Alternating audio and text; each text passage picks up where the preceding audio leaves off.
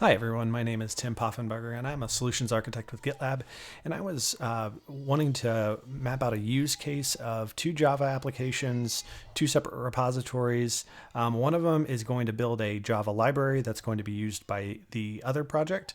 The other project is going to build a Docker file. So no Java library, just building a Docker file utilizing Auto DevOps. In order to do this, we can leverage the GitLab Maven template. Simply including template maven.gitlab YAML, and then setting up our pom.xml and ci settings.xml file. The ci settings.xml file is going to leverage the job token. And we're just going to give this the label of the GitLab Maven. And this information is going to be relevant for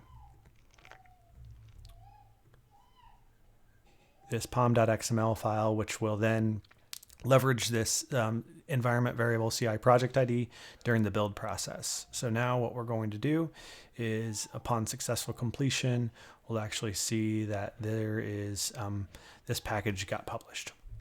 The CI job token is really great when you're utilizing stuff within that particular project. If you wanted to use this dependency on a separate project, what we'll have to actually do is set up an access token in this project. So within the dependency project or the library project, we're going to go ahead and create a project access token. So you can see that I have the scope of read API. This is the only scope that needs to be available. Just a few things to note. Repository is your Git repository. Registry is only for container registry.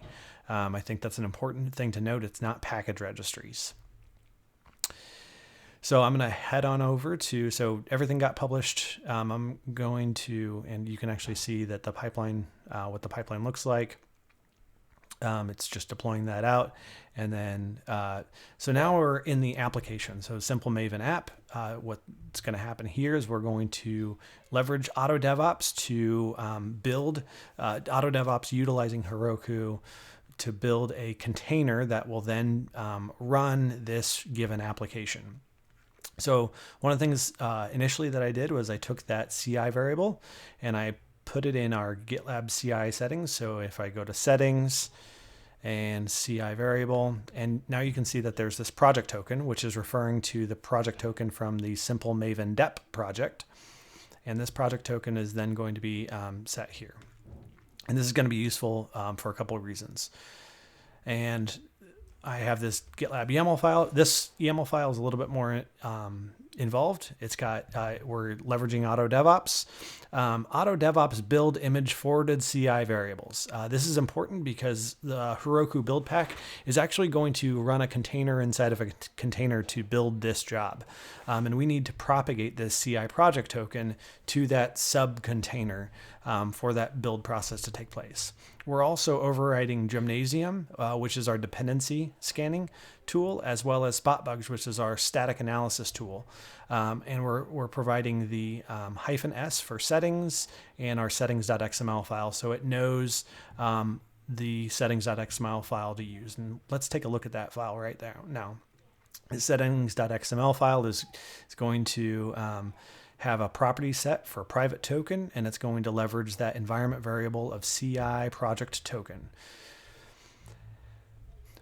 And that is important for this pom.xml file.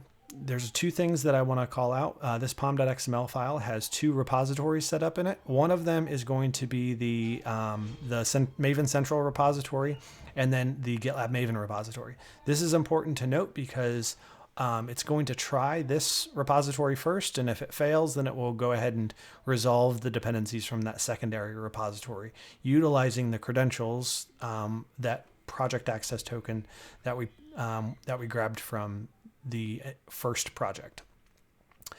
And what the successful pipeline looks like